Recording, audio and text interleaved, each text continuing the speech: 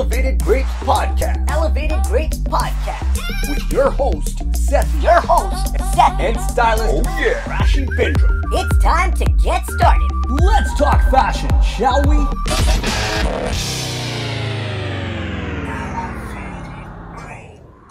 So, welcome to Elevated Grapes. I am your host, Sethi. And I'm your co-host, stylist, and fashion consultant, Rashi Bindra. So we're now on week four of our show using social distancing measures. Yeah. Holy shit, yeah. Yeah, it's literally week 4. So we actually, I mean, when we were first social distancing and working from home and sort of keeping away from, doing our regular things, we actually had a couple of shows that we had pre-recorded and we're releasing sort of on a scheduled plan. But since obviously this happened, we released those. Some of them were just sort of right at the brink of. We sort of all got told that we had to stay home, so we're already in that mindset that this might happen.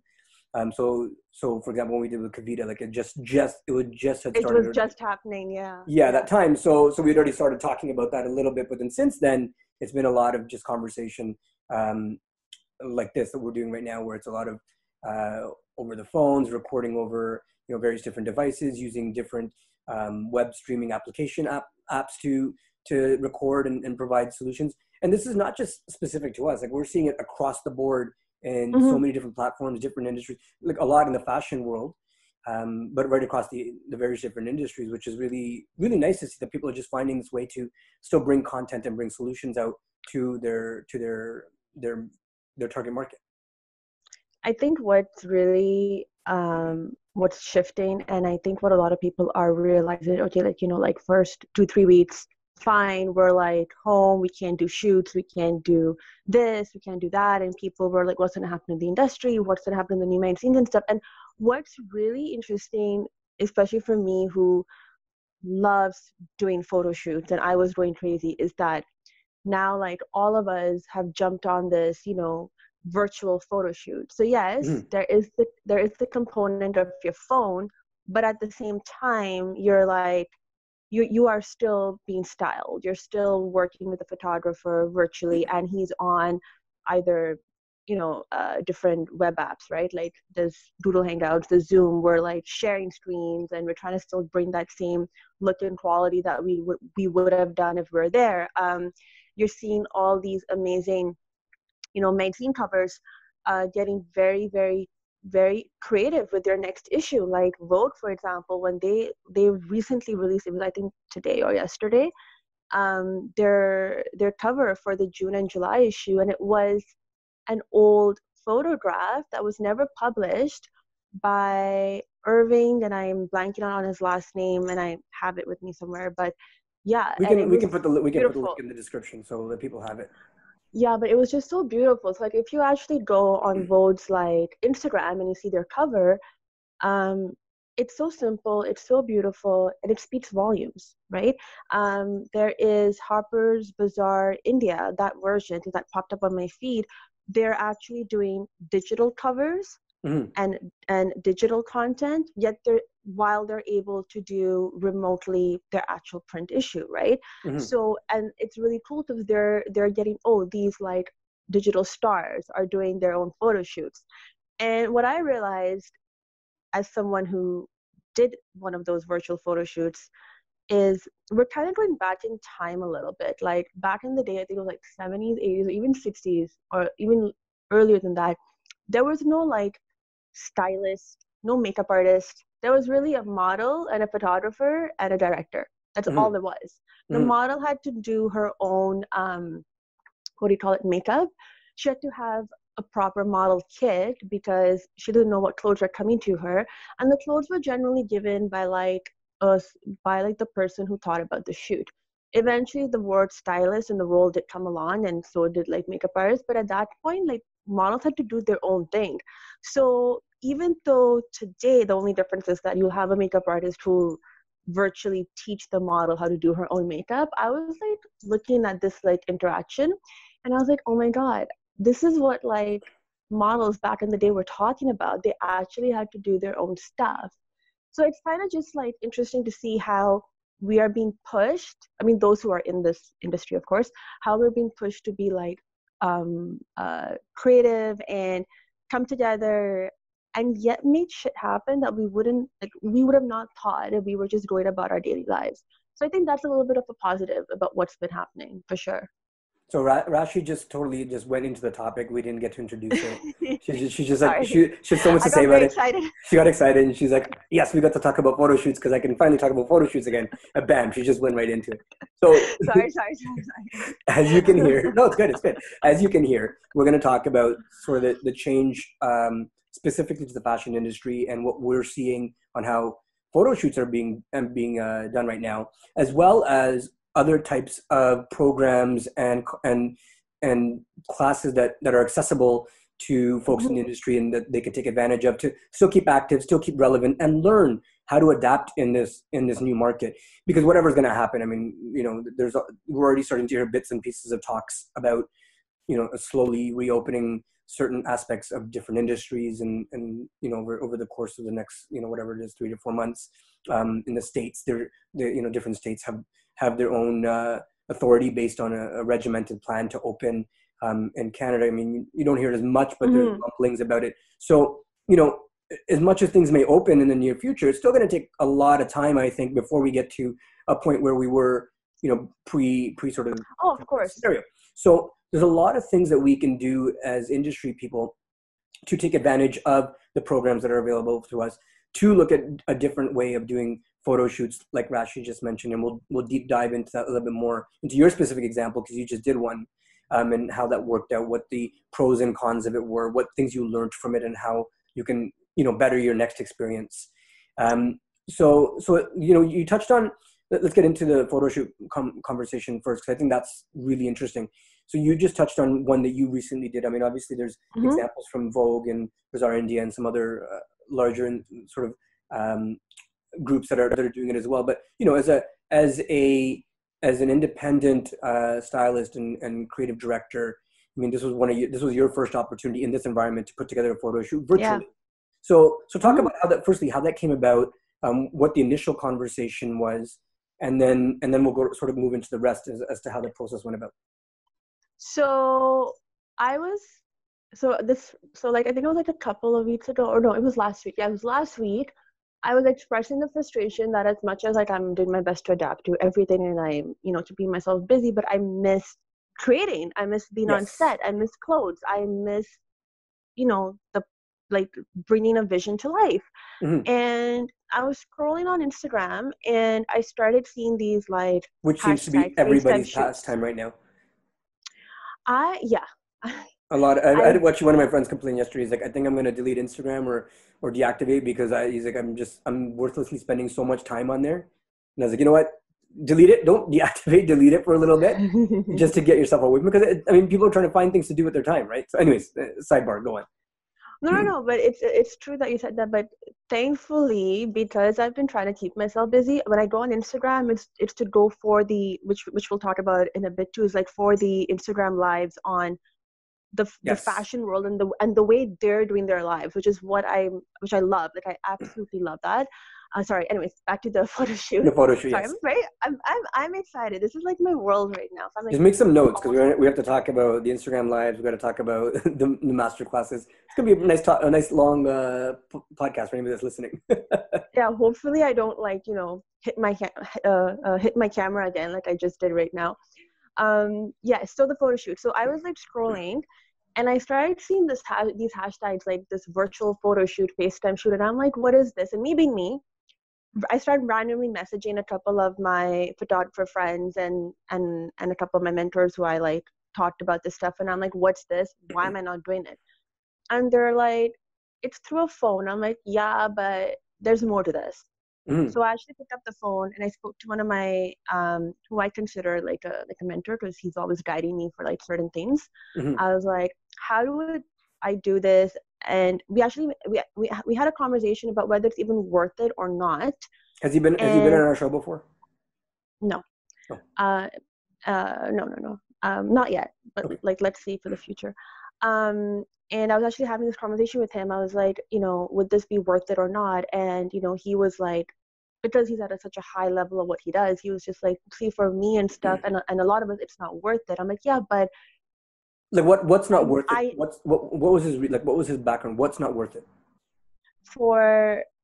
for them to put in that much effort to do a virtual photo shoot, because it's actually a lot of work. So, and I'll get into this, for the amount of looks we did today, if this was in real life, the shoot would have been wrapped up in 4 hours. Like, knowing how I work and what we had planned, the shoot would have been boom, bang, 4 hours, no issues, right? Right. And then this one took like, I think we started at 11 and we finished at 5:30. Okay. So Yeah, what was very it long. different in because that's actually a really interesting point to bring up. What was different in that experience to you, or to the group that made it prolonged versus what if you had done this in person? So first of all and this is where like we need to figure out how we're gonna all communicate and our roles, right? Because I just don't style it. It's not like me, like, here's a clothes option and buy, or like send me the pictures when it's done. I'm also there putting the concept with the photographer together, and I have to look at every shot and things like that. So we Yeah, like initially, I've seen you in a photo shoot. Like you're a lot more hands on. You're like you said, you're more the creative director than just the stylist. right, and that's usually most of the time what I end up doing. So how is that So experience different here? Like how did that become a hindrance to the process? no, I wouldn't call it I wouldn't call it a hindrance. It was just, it was adjusting, right? Because we're working with technology, we're figuring out how to control it, control the model's camera from our eyes and our angles, so from the Mac, and then have me on Google Hangouts, or the Zoom was like giving us trouble. So at that time we went on Google Hangouts, but then to get everybody on Google Hangouts and for me to see what the photographer was seeing. So to screen share. And it was also a little bit of, there's Wi-Fi issue, there's internet issues, like not necessarily ours, but it could be the models or like the makeup Right. artist or like somebody else's, right? Like So we're all scattered. technology its own, as much as it's helping you guys to do this, it's also in some ways a delay or a hindrance to the process. Yeah, and it's not as, clean cut as some people are like, oh, okay, here's a phone and that's it. No, then if we're trying to now make it look as editorial with the tools and process we have, by the time you like adjust the angle and then you take the actual photo, and now you're seeing the photo, and then So I sorry, can't physically be there, of course. right? So, sorry, quick question there. So everyone, like the model is at their own location, the Yeah, photographer is at his own location. yeah. Hence the whole like screen sharing and So the model, controlling the phone and stuff. so the model is taking the pictures with their own phone. Not in our case. In some cases, yes. And the photographer is like telling them how to hold the phone and stuff. In our case, what we did was we figured out, or we researched a bit more, how to control the model's phone through the MacBook. So it was the photographer essentially still taking the photo, because we kept changing angles and stuff. So all the model had to do was really just like shift the angle of her phone so that we could see what we wanted to see. That's And really then interesting. it was a process. I'm not gonna lie, No, of course, because but the fact that the photographer can still have, because I would assume, or sorry, I would figure that it'd be a lot harder if the model was trying to angle herself and hold the camera in the way the photographer would suggest for her to hold it to get the shot that you guys are thinking about. Whereas this way, at least it's still through the eye of the photographer who's the expert in actually doing that part of the job, right? so like if you were to go on Instagram or anywhere actually at this point and type in, virtual shoots or like FaceTime shoots or whatever, you'll be able to tell which ones are where the model is using her phone taking the photo, but it's not controlled by the photographer, but he's still there on the Zoom call or the WhatsApp call, or like whichever way they're like doing it. Right. And then there's a way that you can tell where the photographer is actually controlling how the picture is being taken. So what the model's doing is she's really just like she has to listen to our direction to adjust the camera, and then we have to see it to make sure it's being seen the way that we want to see. So so like the first time doing this, because I was like, listen, I'm not gonna do just a shoot where like the model's holding the phone and taking her own pictures. Like that's a waste of time for me. If we're gonna do this, we're gonna do this properly. Right. So that took a while to like set up and figure out and understand and all those things. And then also, yeah, well, normally and the shoot will be up like by this weekend. I would assume from what I spoke to the photographer about, or like this week.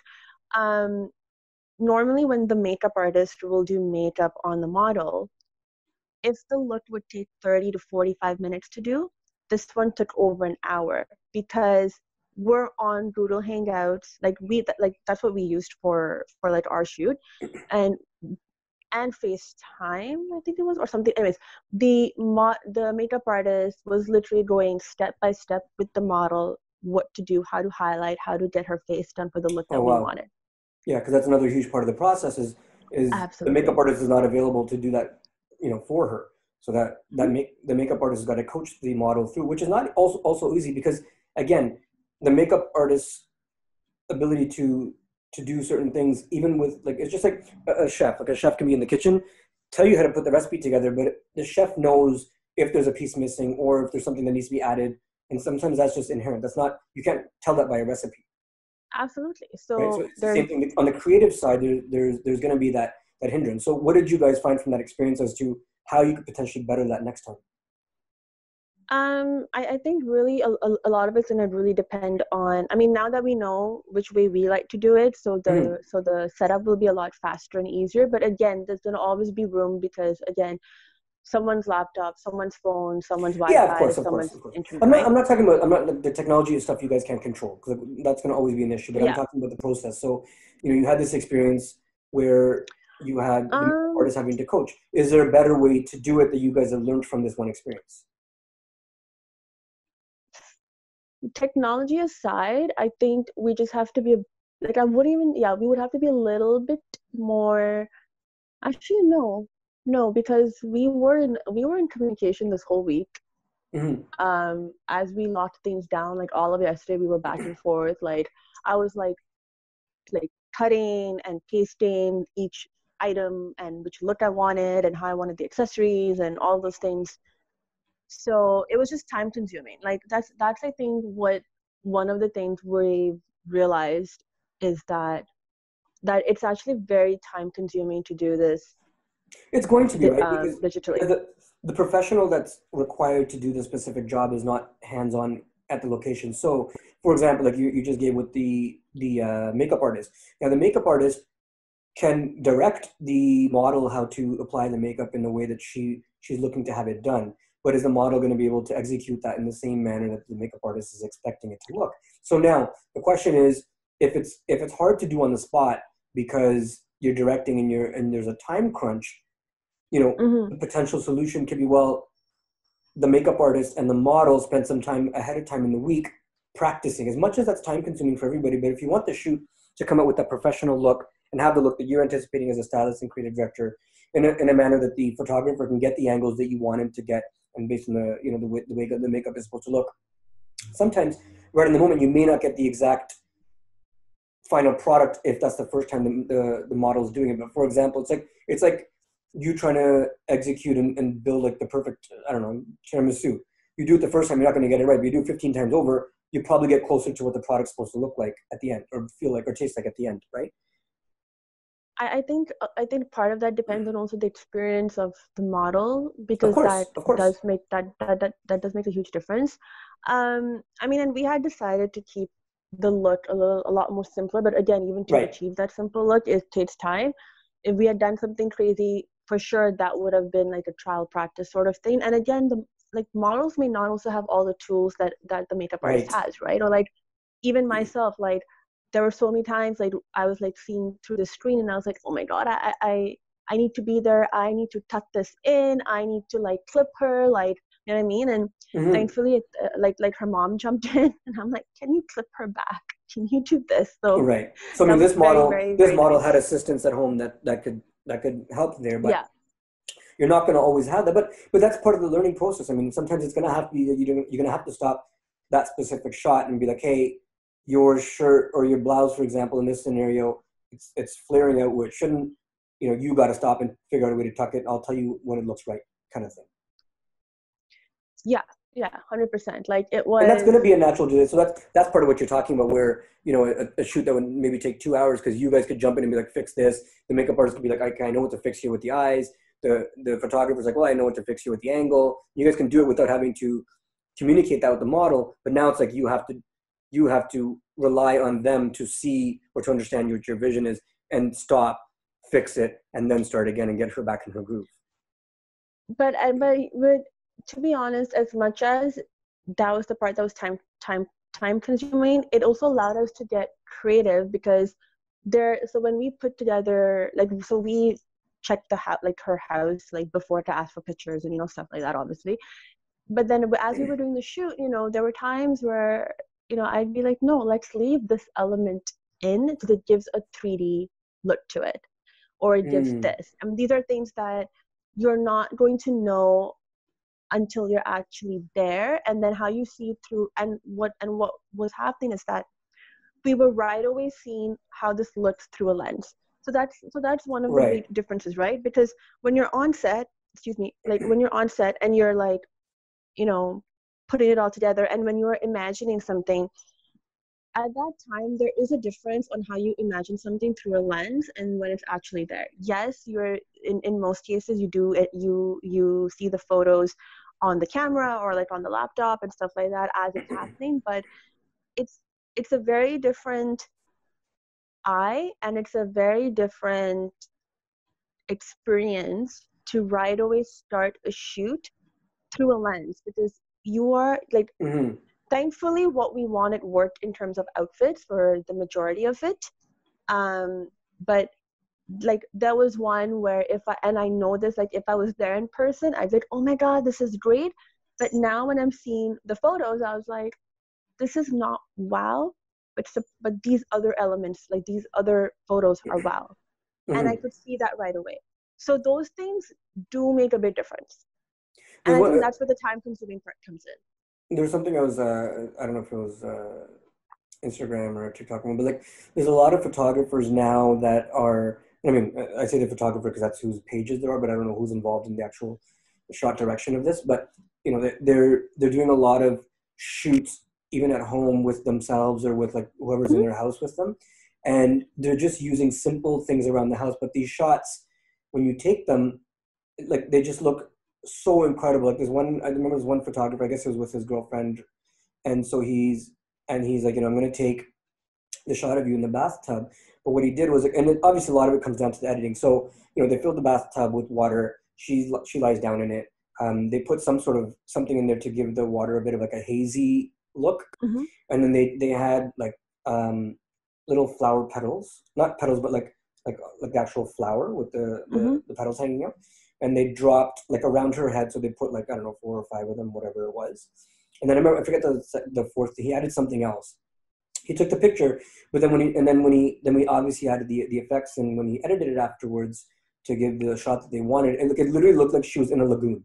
Like it didn't look like this was taken in a bathtub. It was something so simple, right? So, and it was just her face with the petals around it, the haze on the water. So it changed it, because I guess whatever he put in the water to give it that misty look, he was able to add an effect that gave it more of a misty lagoonish look. And he added some blues and tints to the colors, obviously, to put the effect. But again, the photo came out, and I was looking at the final product, and you look at them taking, because they had the before and after as they were doing it, because they had another like phone, I guess, set up taking this, like how he's taking the shot, and the before and after, and it was incredible. Like you could not for a second tell that was taken in someone's 4th story apartment in their New York condo or whatever apartment. Like you could never tell that. It just looked legitimately like it was in a lagoon, like in some really tropical place. So again, amazing shot. So there's so many ways, if you have that creative eye, to look at things in your own environment.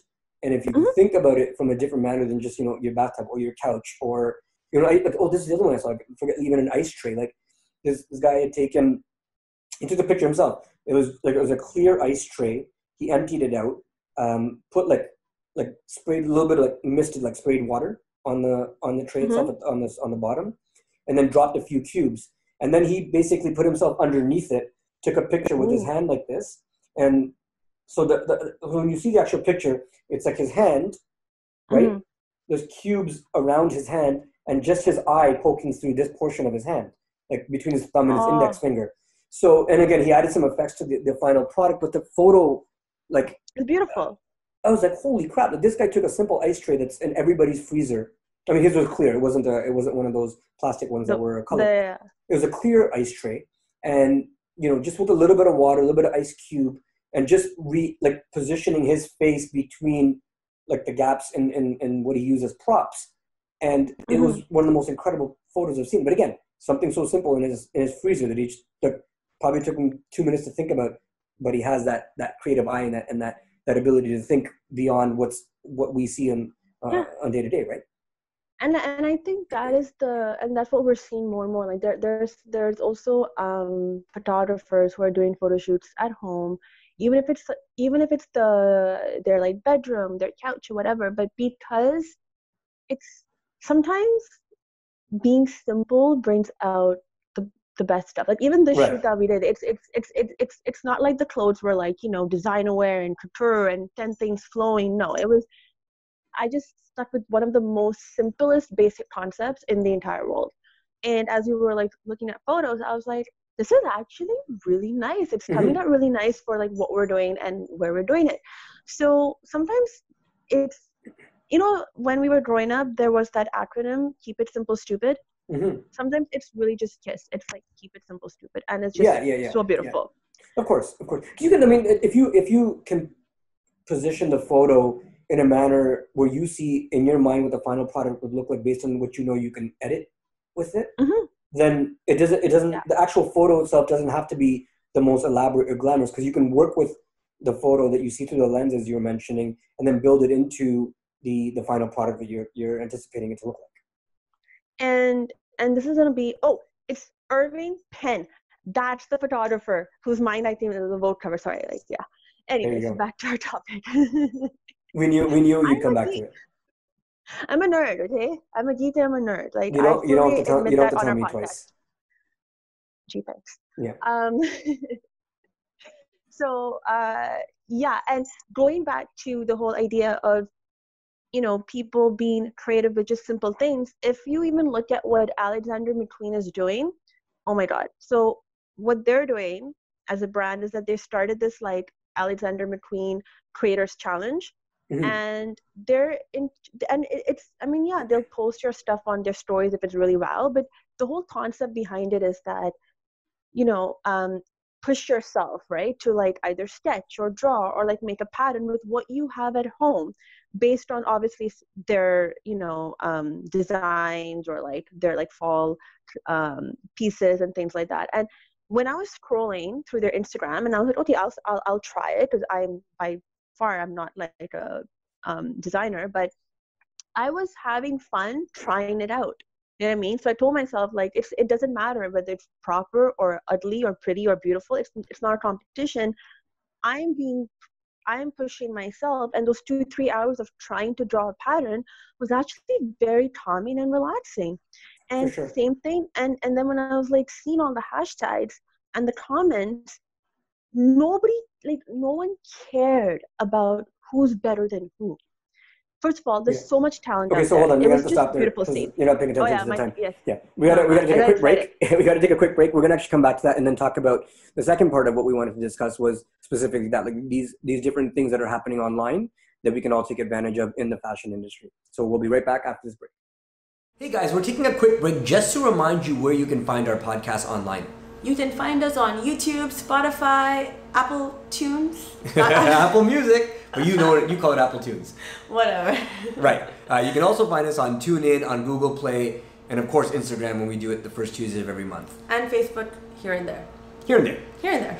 So thanks for tuning in, and now back to our podcast. They'll post your stuff on their stories if it's really wow. But the whole concept behind it is that, push yourself, right? To like either sketch or draw or like make a pattern. Okay. So yeah, you were talking. I remember you speaking to me about this. So we were talking about one of the things that you found on Instagram in the fashion world, where Alexander McQueen did an art I find a challenge. lot of things on Instagram. No, I know. So we're going to get into that, but we're specifically talking about that one. So that was almost like an art or drawing type competition, correct? So so here's the thing. It's not necessarily like you to do whatever tools you have. So like the first challenge, which I didn't do, and I at some point I'll probably just go back to these challenges and just do it for myself. First was like to actually sketch and color one of their dresses. The Right. other one was to create a flower, I think it was, through any materials. And it wasn't just, and some people painted, some people took eggshells and actually did like petals around it. Some people took wire and fabric. And I'm just like scrolling through all these pictures and I'm like, holy shit, wow, this is beautiful. Some people were like taking, and this is stuff I'm assuming they have, because a lot of them are like designers or like aspiring designers, but or they must have, I mean, maybe they ordered fabrics, like I don't know. It's really interesting because this is not only a way to bring the community together and bring people in the industry together, but it really allows someone who may not have had that platform to get noticed to actually get noticed. Yeah. Like, let's just say someone on there drew something that caught the eye of someone at Alexander McQueen or another designer, or someone else in the industry, or a stylist, a creative director, or whatever the case, and or another designer that maybe was looking for an associate or whatever the case. It just really opens the doors for other folks to bring out their talents and have them showcased, because there's a lot of people who are very creative and very good at what they do. They're not getting the platform to be noticed. And yes, so going back to that point, which I'll get to as well, is so I mean, there's like a lot of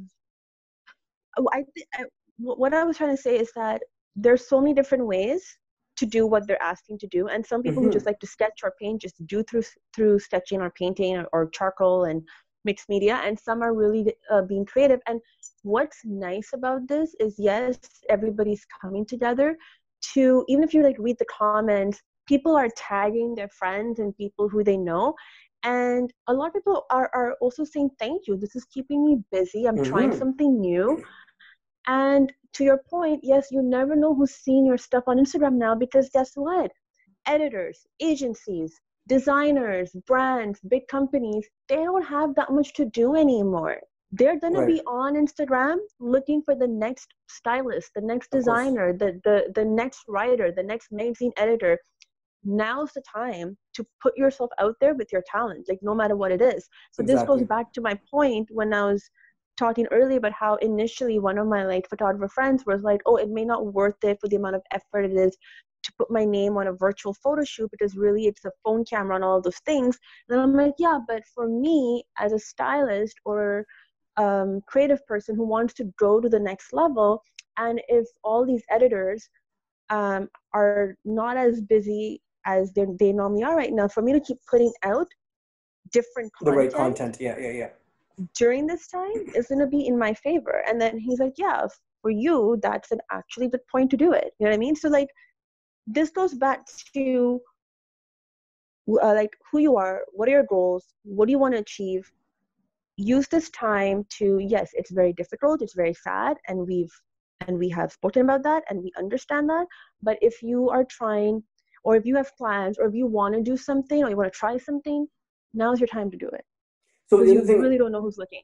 The other thing we were talking about was, so Alexander McQueen did this challenge, and I'm sure there's a bunch of other folks in the fashion industry, but now there's also a whole bunch of networking and like groups that have popped up because of this, and master classes that people in the industry can take, which is really interesting because, again, it's ways to bring the community together, the fashion industry, and for people to learn and for them to enhance their skills and meet new people at the same time. So talk about some of the stuff that you've come across and found. Oh my God. And maybe we can put a bit of a list together in our description for people that are listening, but just to give a starting point. So this has been heaven for me, literally, because what I think it was 2 days ago or 3 days ago. 2-3 days ago, I think I'd registered for this like a while back, thinking I'd be in New York, but clearly I'm not in New York. And they ended up doing. You could be in New York. Just change your background, and you can be in New York. Yeah, that's true. But I mean, like, with the people, the hustle bustle. I know. And continue. Smartest. And so I got this email where they put together a virtual fashion summit, and for 2 days they had like not only designers but like magazine editors, blog editors, and even women and men who had started different types of like companies, like for example the founder of like Birchbot, like she was on there having a conversation with it's on my it's there somewhere, but like they had all these, like they actually had an actual panel and summit that was happening every hour, and these were live because they would like hop in Zoom or like it was a lot of Zoom conversations, but they were giving out this information that you may have not gotten access to before all of this. And I like, and there were some people that I wanted to hear, so I did spend a lot of my days like hearing and watching this, and I was like, holy shit, I didn't know this, I didn't know that. So a fashion summit happened that was based in New York, and I was like, that's just really, really great. Like, not only am I learning things from people that I aspire in many ways to be like, but it's also like I would have not had access to this information if this had not happened. Because then you can do one-on-one, because now these accounts, when you post or when you message them, they're actually replying you back. So you're able to what are make some of the conversation. What are some of the groups that you've come across that are doing these sort of things that we can share with our listeners?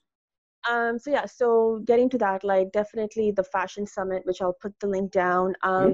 What Business of Fashion is doing right now, they're offering like a 30-day trial for just like $1. Sorry, who is this? To be Business of Fashion. Right. And not only is that worth it, and then if you want to do their monthly like membership, like go for it. But as a when you gonna send me the link for that? I'm gonna set it up for us. I was gonna do it. I was gonna do it today, y'all. Okay, you know what my past 2 days have been like. I know. I'm bugging you. Go ahead. I know. I did not forget. It's on my to-do list. I know. Continue. But what's really cool about when you are a Business of Fashion member is that some of the you have access to their education classes. And they have quite a large network, just to put that out there. Oh my God. They have, like, if you want to know or do anything in fashion, even if you want to be a dresser in fashion, get on Business of Fashion's like radar. Like, you should at least be getting their like newsletters and tuning into what they're saying. And this will go back to this point that I'm trying to make is not only are their master classes, right, their like education classes really good, but what they're doing is they are giving you lives and access to certain conversations about fashion retail, fashion styling, fashion photography, the future fashion, anything fashion from a business sense as well, with people that you wouldn't have expected to hear right now, even their podcasts. So they're giving you that information. So definitely soak that up. And one of the things that I didn't even know and I learned about very recently, and I was like, oh wow, was the editor-in-chief and the founder of like Business of Fashion, Imran Ahmed. He founded Business of Fashion during one of the global economy issues, like crisis that happened. 2008, right? I think it was 2007 or 2008. Yeah, that's one of those years. Yeah, 2008 was the last big one.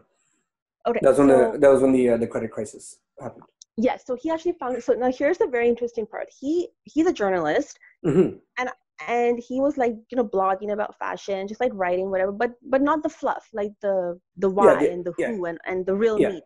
Yeah. And during a crisis, we'd be like, why, what, save, don't do this, don't do that, whatever. And that's when his things started picking up. And if you really, 10 years later, or even like 10, 11, 12 years later, Business of Fashion it operates internationally. There's journalists, there's contributors everywhere in the world, right? And that seems to be the go-to for factual information for that industry.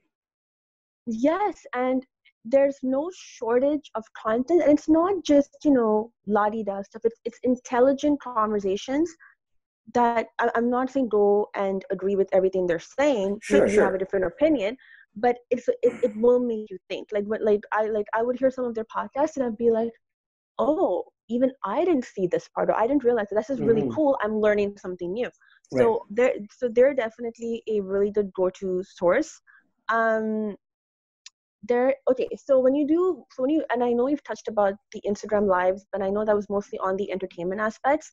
But Right. if you now go to fashion brands, fashion houses, fashion magazines, what's really cool is that it's not just how you're feeling type of conversation. Yes, we always do a check-in. That's very, very important. That should not go away. But now they're bringing in designers. They're bringing in stylists. They're bringing in different people to talk about what's going on. And what's really cool is that Oh, we have a bit of a freeze, which means my internet connection is being a little bit actually funny. answers. Sorry, Huh? you have to restate that because my internet connection froze. All the fun of technology, so I missed maybe the last 10 seconds. So like when we do an Instagram live, you know how like people type in like their questions on the comments, right? So now these guys actually answer back to you. Wow. Like Okay. there's that much time. So it's interactive conversation between the guests and the panelist. Dude, imagine if you had your fashion icon and you wanted to ask a question, And and instead of their email and their PR and all that nonsense, they're actually responding to you. Like I've gotten some of my stuff like retweeted, and I died of happiness. And I think you like know that. Like at some point, I like couldn't breathe. Yeah. So like, but like it's just the fact that you're able to somehow network, or if your question's really, really good, like they will call you out and they'll mention it, right? So it's not only the information that you're getting, but you also start hearing what they're thinking, what the future of fashion is. And that will help you plan out your next steps, because all of us are going to have to figure out how we're going to adjust. And this is, again, now I'm talking strictly about the fashion world, right? We have to now figure out what's our future, how are we going to survive, and what are the designers thinking, what are the retailers thinking, what are the trendsetters thinking. Are they going to be fashion shows? If not, how will they do the digital fashion shows? Is that like, does that make sense? You know what I mean? Stuff like that. These are the conversations now that our community on a global scale are like having, right? So these lives become very important to attend, not because it's like, oh, I have nothing to do. It's like, what am I going to do now when this gets over? And it's not like, I mean, yes, you're going to network and you may meet some people, but even if you don't meet anybody through it, just the sheer knowledge that you're gaining on what's happening in the industry, how, you know, large-scale designers, large-scale editors, large-scale magazines, how they're pivoting to adjust to this. So you can almost pivot and manage your business in accordance to what the now expectation is. Yeah, or like if you want to start something, this is also a time to be like, well, I don't have all the resources that I want. I don't have the freedom that I want, but somehow people are doing it. So let me push myself a bit, right? You made a very important point. Like if you want to start something and you don't have all the resources and you don't have all the freedom that you want, a lot of people who are established in this industry also don't have those things right now. So you're almost to some extent at an even keel with people who are maybe 5, 10, 15, 20 years ahead of you in some cases, because their access to resources are limited. Their network now is limited. Their access to make money to do those same things they were doing before is limited. So they're dependent on their own personal resources to do the same thing that they've been doing in the past, which is the exact same boat that you're in. And what's also really, really, and I think what's also happening, so it was this month? We're still in April, right? Yes, it was this month. Wow. Yeah, we're still in April. Yeah. So I started going back to my Fashion Unfold global debates, which I've been part of for years, and then I took a break, and now I came back to it. And you know, one of the conversations. We got to describe that because not everybody knows what that is. So what is that? Sorry. So for the longest time, Fashion Unfold is it was an online Twitter debate that I was heavily involved in. And it started in 2007, and I think 2017, 2018, it took a break, and I took a break from it, and I was shifting. Yeah, it was around that time. And now I'm not involved in it in terms of any way, except as a participant, but now they've shifted to Instagram. Right. And we have those debates, you know, like once a month and those things. And so recently I was part of the one in April, and we were like, going back and forth about the conversations. And one of the conversations was what's going to happen to, small businesses once this is over, or like if you want to start something, is this at the time? It was along those lines. And and one of the comments that I got after I said this, which didn't make sense, was, yes, right now you may not feel like, as a small business, as someone who's starting something new, you are going to survive, but because what's going to happen out of this is that there'll be a lot of niche markets, there'll be a lot of smaller gatherings, and because now it's still like, now you have no choice but to be more like interactive with people. You will build a niche market, and that's how you are going to survive. You know what I mean? Like as a business, as a startup, as something, like you will have that following and that base. The core foundation is going to be the main area of focus to build right now. Exactly, right? So this is your time to like figure out, like, what's my core? Like, why am I doing this? What got me started? Or like, what's, you know what I mean? Like all of that stuff too. So Fashion Unfold as well is actually a really good, it's once a month. It's an hour on Instagram. It doesn't take up too much time. It's a great way to meet a whole different bunch of people in the fashion world all over the globe. Like, I still remember my days on Twitter. Like I was talking to like people, like now I'm like, wow, like I can't believe like you and Ashley were like having this like conversation. Right. But that's what I mean. Like you have an opportunity right now to be at an equal level to someone who's maybe been in the industry for 20 years and has that world of experience. So it's not that you're an even playing field today because the resources are available. You can still leverage their experience in these times because now they're paying attention to things they may not have in the past because they have the time and they have the capacity to, spend time on an Instagram live and have those conversations. They have the capacity to put out webinars, podcasts, or whatever the case, to make sure that their audience gets the information that they have to share. And I think what's also very interesting to see, and this is something that's been coming out of almost every masterclass, live conversation, whatever that's been happening out there, is that everybody, even in the fashion world, even the top designers or their fashion houses, they're all saying the same thing, that we needed this. Like, now's the time that we have the gift of time. Now we're taking to reset and refigure what's going to happen next and how it's going to shift, even for us as designers who's been in the industry for like over 20 years and things like that. And we're having different ways of now doing the same thing, because obviously, if you're known for like bridal wear, when this gets over, you're not going to have that 500 people wedding right now. You're not. Your weddings will also be smaller. But so then how do you still make that the most important day of your life? You know what I mean? And for both, like in terms of your experience and your like so as a bridal wear couture company, you got to know how to guide your clients. Exactly, but yet also how to make them feel that they're not like having losing or missing out. Exactly, right? So these are all going to be things that this is the time to figure out. And the way they're doing it is that they're talking to other designers, they're talking to fashion editors, they're talking to people, because now's when you start sharing information and knowing when it's healthy competition and when it's the time to come together, right? So that's so like really, like I would say that anyone who wants to do stuff in the fashion world right now, or it actually not even fashion, like that's a bit incorrect. Anything you want to do right now for any industry, there is sources out there. Like Facebook groups have exploded. Facebook groups have any topic, there's like maybe 10 groups for it. They have exploded. And you know what? It's not just like nonsense in there. I'm part of a few, and I get really helpful tips for myself. I was just like, oh, I didn't know this, or I'm talking to people I would have never had the opportunity to have these conversations with, or just even know what other people are doing. And sometimes that sparks an idea in you. Why don't we mention a couple of those for our listeners? We're not going to put them all in the description because we want people to listen to the show to get information.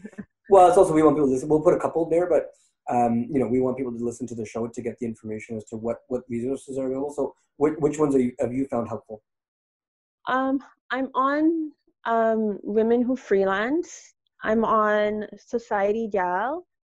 I'm on Manifestation Babes, actually, and that's actually very, very helpful. I'm also on a couple of more like spiritual ones, which I love. Yeah. And then I was going to say something that was relevant to the fashion stuff. Um, oh, I'm doing okay. So then, oh yeah. So in one of these groups, I think it was, or in a bunch of photography groups, there are people who are offering free courses, and I know like I signed up for like one of them on how to build your business as a creative or a photographer and have your own studio, because we don't learn that in like photography school. So like Right. if you're a photographer who wants to turn your passion into a business, or if you feel like you may need some tips and tricks, or you just even like not even tips and tricks. We sometimes forget what we learned 5-6 years ago because we also get caught up in what we're doing, right?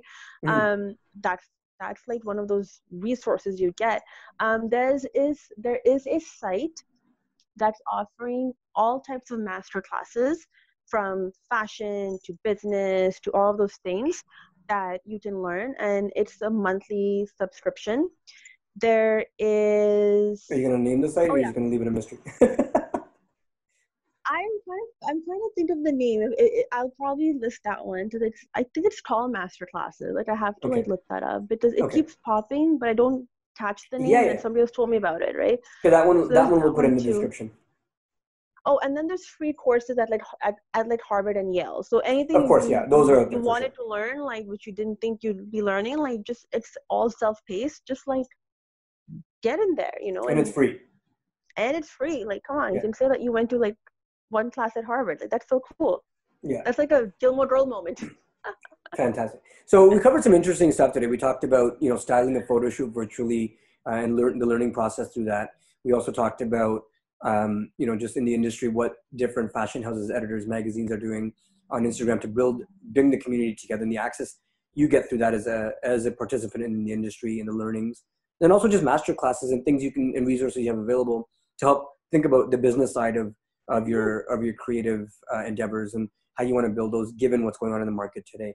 So, I mean, I think all in all, this was a really important topic that you and I have been discussing outside of the show for our projects. I mean, obviously, your independent projects as well. And, as we were talking about it, I thought it would be an interesting topic just to share with those that are looking for resources that may not know where to get them. Because it's, again, these different angles or avenues of bringing the community together, and our goal is the same thing too, right? Is to bring the community together and share our resources and our experiences to make sure that people that are listening here that want to build a business in the fashion industry can have the same resources, because it's all about, if everybody grows, we all grow together, right?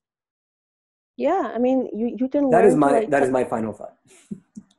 you can learn to cut your own hair at home now. Like there you go. Like that's so cool. I don't like that little personal jab you put in there, because I'm gonna figure out how to cut my hair. You don't have to keep bringing it up just because I haven't done it. Just because I wear a hat every day doesn't mean that I'm not gonna figure out how to cut my. I've actually ordered online. It's called a dual hair trimmer. So it has blades coming out both ways. So when you trim on one side, it'll trim evenly on the other side. So that's on the way. So hopefully when that comes in. Can you make a video of that? Can you make a video of that so I can like make popcorn, and while I'm sitting like outside on the grass, I can watch it and be entertained? Here's what I'll do. I'll make a video of it, and even if I mess it up and have to shave my head, I will still allow you to post it. Aw, you're the best. Thank you. Yeah, it's whenever it shows up. It says it's on the way. That's the nicest thing I think we've like said to each other this entire year. Yeah. Anything for good content, which we have some coming out. Yeah, we do. Oh my God, I'm so excited about that. Yeah. So Rashi's final thought. The point. I'm sorry. I'm so excited today. Like my energies are like everywhere. Yeah. No, it's good. It's good. It's good excitement. It's about positive things to help both our groups and our listeners grow too. So. Yeah, and I've been up since 5:15, and I've not slept much in 2 days. So I think that also explains quite a bit. And I'm still on no coffee. So. Oh my God. So. Anyways. Last final thoughts, guys. Yes. Use this time to just find yourself, really. Like if you like something, learn. You don't have to have a side hustle. If you want to have a side hustle, now's the time to like start it, create it, manifest it, whatever, float your boat. But use the time to like learn something, educate yourself in ways you never thought you would, and just find positivity in what's going on. Like that's all you can really do. Absolutely. So yeah, Absolutely. you do you. You do you. Rashi's motto for 2020. Yes. All right. So thank you again for tuning in. We'll continue to try to find relevant and prominent topics given what's going on, including guests that will have input on some topics that are relevant to the current space, both from a lifestyle and fashion industry perspective. And thank you to continue supporting us, and we'll be back next week. I thought last word is when I say it and you say thank you and that's it. That's what's called Rashi's last word. Okay, go ahead. I already said my last word. Those are the last words. Thank you guys. We'll see you next week. See you next week. Bye. Hey guys, thank you for watching that podcast or that video. If you like what you hear and you want to hear more of us and see some of our behind the scenes stuff, subscribe below. Yes, hit that little red button thingy that's over there and hit subscribe and keep following us for a lot more cool fun stuff. Thanks again for tuning in. We'll see you soon.